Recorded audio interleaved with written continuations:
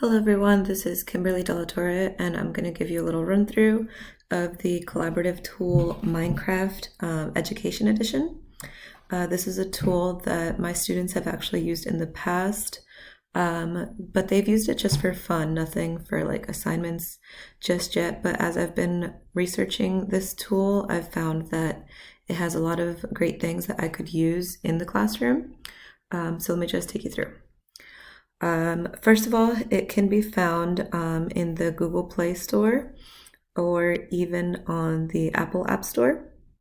All of our students have devices with the Minecraft Education already preloaded on their computers, so they already have access to it. The cost, so from my understanding, it is free to try, but for a full subscription, it costs $5 per user per year. For educators, and then $10 per user per year for non-educators. And then schools may qualify for volume licensing. So it might be up to your principal whether they purchase it for the school. Some of the services that it provides, it is a collaborative game. It adapts to almost all subjects, I'd say. It has a lot of continuity with different subjects, and that you can really build whatever you want inside of different worlds. It provides character and social emotional learning for your students. Again, there's that communication and collaboration piece, of course, creativity and critical thinking. The game also provides game-based learning, any kind of project-based learning as well, and all sorts of positives. As I was reviewing the site, some of the things that were noted were that it is highly engaging, it's adaptable to many subject areas, and there's always great improvements to teacher controls. Some of the cons you might see is because of the freedom of it. They might get carried away with some things, maybe lose focus on what they have to do. Many students are familiar with Minecraft already, so they might be upset at, the guided part of it, or maybe some of the restrictions than what the usual Minecraft has.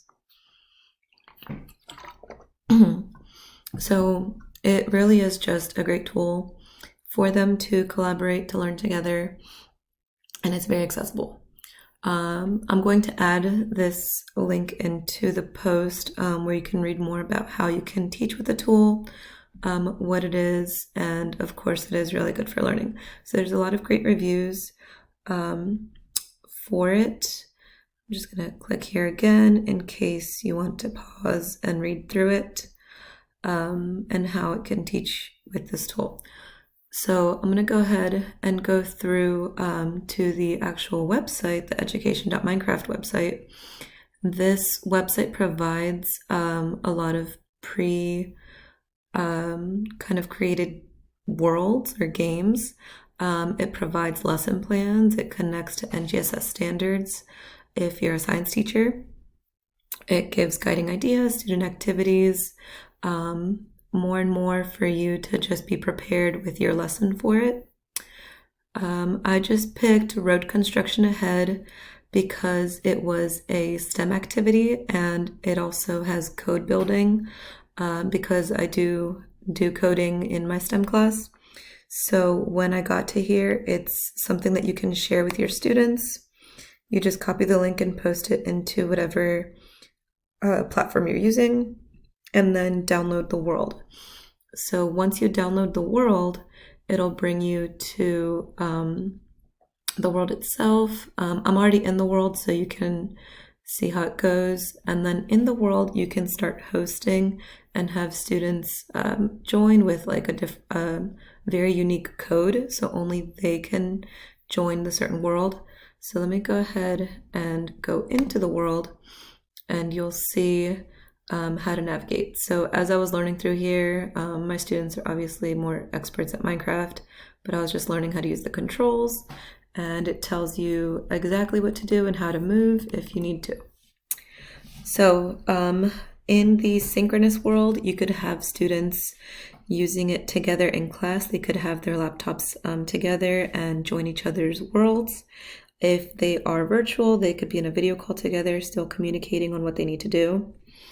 If you were to do this in an asynchronous manner, maybe provide the host join code so they could join.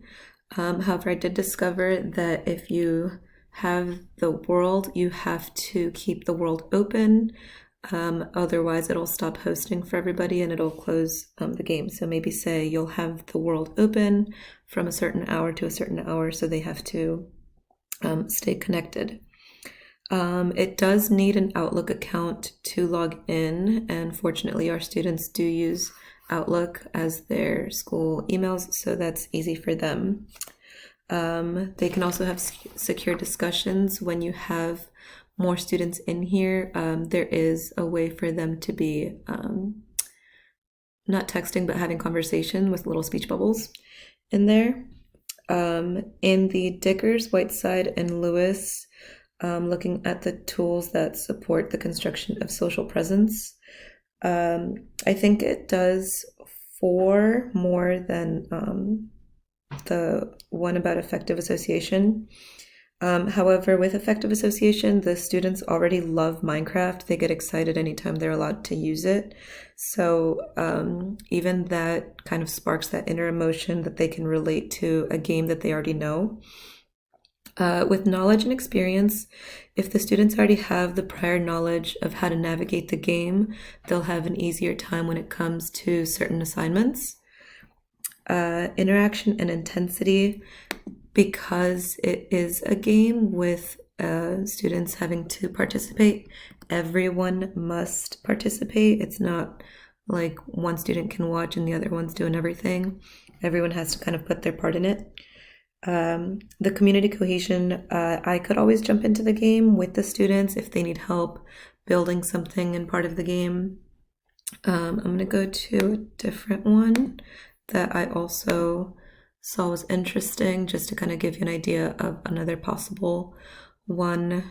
There was a math one that was showing kind of area and volume and all that stuff.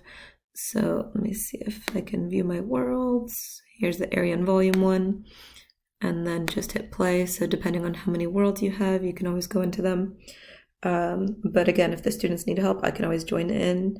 And that would also give for the instructor involvement, because the students can navigate it pretty much themselves, but having that instructor in the game, really helping them if they're stuck somewhere or get lost.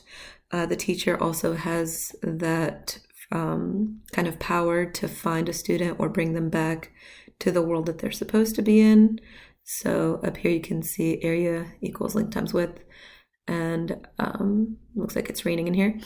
Anyway, but you can, again, just move through different worlds or have the students join whichever one you want them to. So going back over to the chapter 5 of Collaboration and Community Building by Carrie Rice, when I looked at the table, there were several collaborative outcomes that I kind of circled that really went with this game. Let me just go back in here. So it definitely has problem solving skills that they need to have, only because depending on the activity that you assign, they would have to work together to figure out what it is that they need to do. And again, the activities can go different ways depending on what your subject area is. Product development is also a collaborative outcome that I noticed. It can be a digital storytelling strategy. Maybe if you're using it for ELA, you can use it to build different characters into the world. And then, of course, the immersive and quest-based learning, because it is this virtual 3D world, game simulation, however you want to call it. The students become these characters, and they have to go through and figure out how to solve the different problems that are expected of them. And you can take it even further by asking follow-up questions. You can set, and obviously with Minecraft you would have to set certain expectations because it is an online game, reminding them that it's still educational, so they have to keep it, on task. So looking at the collaborative outcomes, they do follow several of those tools and strategies for them to use. I will post the links to the different things in the discussion post. If you have any more questions, you're welcome to ask.